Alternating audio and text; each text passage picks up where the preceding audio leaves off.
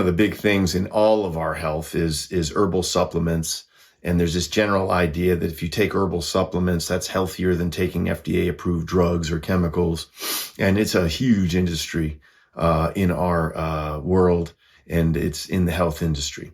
I find typically when you see something out there that's a supplement, and we'll talk about in a moment the latest things for erections, which is L-Arginine or Citrulline, and we'll talk about that in a little bit. I think it's usually a little bit of knowledge, and then it kind of makes sense to the lay person. And so everyone says, well, then it makes sense to do. Let's put it in GNC as long as it doesn't harm people.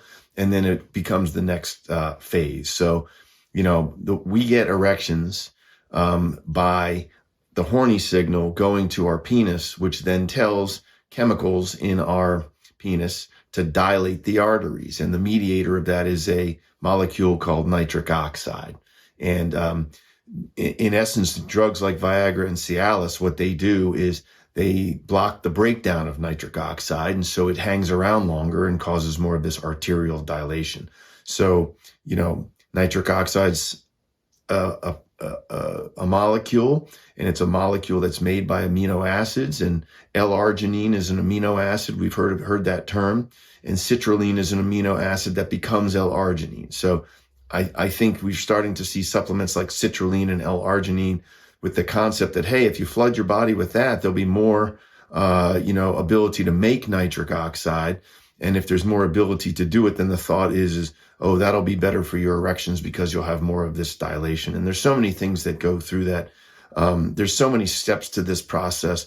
There's no real literature or placebo-controlled literature that really says that this works. These types of studies with herbal and supplemental medications or food supplements is how the government looks at them. It is so hard to have placebo-controlled trials. And so, if you have people that are taking these things, or if they do sort of a population study to say, hey, there's people with more of these things in their diet, and we notice they don't have erectile dysfunction, so we're going to say that must have something to do with it.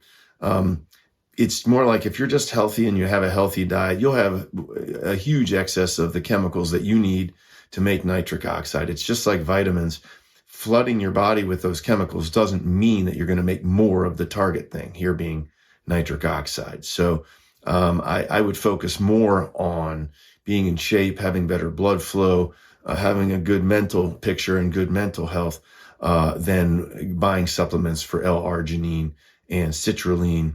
But as with all herbal things, if you believe it's going to work, then it probably will work for you in a process, in a medical process, where so much of it is mental. That's the placebo effect working for you. But even with herbal things and supplemental things, if someone takes it and it doesn't harm them and they say it helps them, I say go for it.